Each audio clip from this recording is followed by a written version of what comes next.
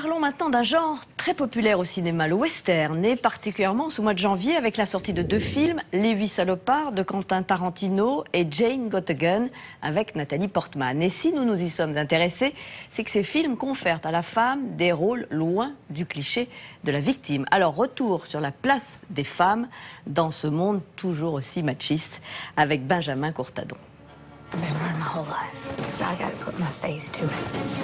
Jane Got a Gun de Gavin O'Connor. Okay, everybody, hear this. I'm taking this woman to hang. Les 8 salopards de Quentin Tarantino. Ce mois de janvier est très western et surtout très féminin.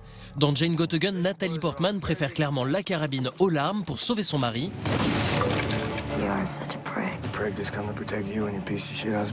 Jennifer Jason Leigh, pleine de rouerie dans Les 8 salopards, fait tout aussi peur que les hommes. Un peu de féminisme dans un monde de brutes. Retour sur les grandes figures féminines d'un cinéma un brin macho, mais pas que, avec 2 films gâchés du 7e art, Laurent Aknin et Antoine Cyr. Jusqu'à une époque très récente, le western est avant tout un univers d'hommes. Et le héros de western est soit un individualiste, soit un homme seul. Alors dans cet univers-là, le rôle classique de la femme, quand elle n'est pas simplement victime ou élément décoratif ou tenancière ou prostituée dans un saloon, c'est celle qui va adoucir à un moment donné le héros. Cinéma de genre, cinéma de subversion, le western sous des dehors très conventionnels aura pourtant porté à l'écran dès les années 30 des femmes loin des clichés de l'époque. Any friend of Frenchie's is welcome at Chocolate, if he agrees to the rules. Hard to fancy anybody not agreeing with your rules. Il y a quelques films isolés dans lesquels il y a une femme extrêmement forte, une héroïne. Mais ils sont tellement rares qu'ils sont marquants. Et c'est justement parce que c'est une femme qui est en vedette qu'on se rappelle encore ces westerns. Alors les 3 films clés, il y a par exemple L'Ange des Maudits, Rancho Notorious, c'est Marlène Dietrich. What are you staring at? Shall I turn around? Well, to be honest with you, ma'am, I've heard so many different stories about you, I wasn't certain there was any Alder Keene. What do you think I was? Pipe dream? John Crawford dans Johnny Guitar, et puis surtout ce film extraordinaire de Samuel Fuller, 40 Guns. What's the matter? Look upset. I was born upset.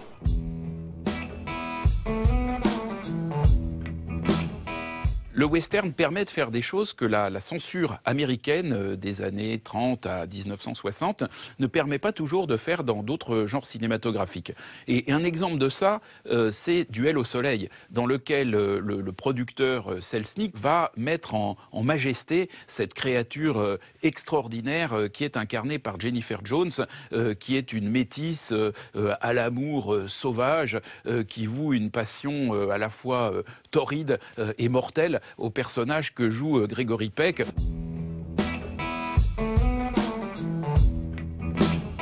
On dit que chez John Ford, les personnages de femmes étaient assez stéréotypés, mais en réalité, on voit bien qu'il utilise le western pour créer des types de femmes qui sont très inattendus. Par exemple, Stagecoach, la chevauchée fantastique, c'est l'histoire d'une prostituée qui voyage dans une diligence et en fait, elle est entourée de gens qui la regardent avec mépris et on se rend compte petit à petit en avançant dans le film qu'en réalité, la personne qui a de la vertu, qui a du cœur et qui a de la majesté, c'est ce personnage de prostituée. Et ça, dans l'Amérique de 1940, arriver à montrer que la vertu n'est pas là où on l'imagine et là où la puritaine Amérique l'imagine, c'est vraiment un exploit.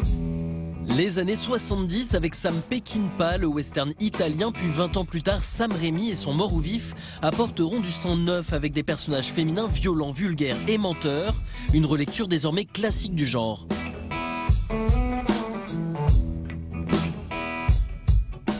True Grit, c'est le remake d'un grand film avec John Wayne, mais le personnage féminin est beaucoup plus important dans le remake. Les frères Cohen, dans une certaine mesure, redonnent au personnage sa vérité en faisant quelqu'un de beaucoup plus dur, de beaucoup plus déterminé avec le personnage de Hailey Steinfeld.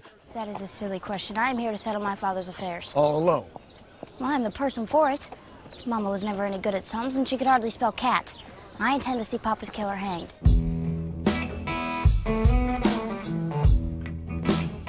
La seule femme qui fait partie des 8 est une folle furieuse. Elle est aussi pourrie, aussi vicieuse, aussi meurtrière, aussi démente que les mecs. We're just waiting for everybody to go to sleep. so we're gonna kill you. Et là, c'est vraiment bien vu, parce qu'au lieu d'en faire une héroïne, d'en faire quelqu'un de positif, il en fait quelqu'un de profondément négatif, mais comme le sont tous les autres personnages. Donc du coup, il traite la seule femme à égalité avec les autres hommes.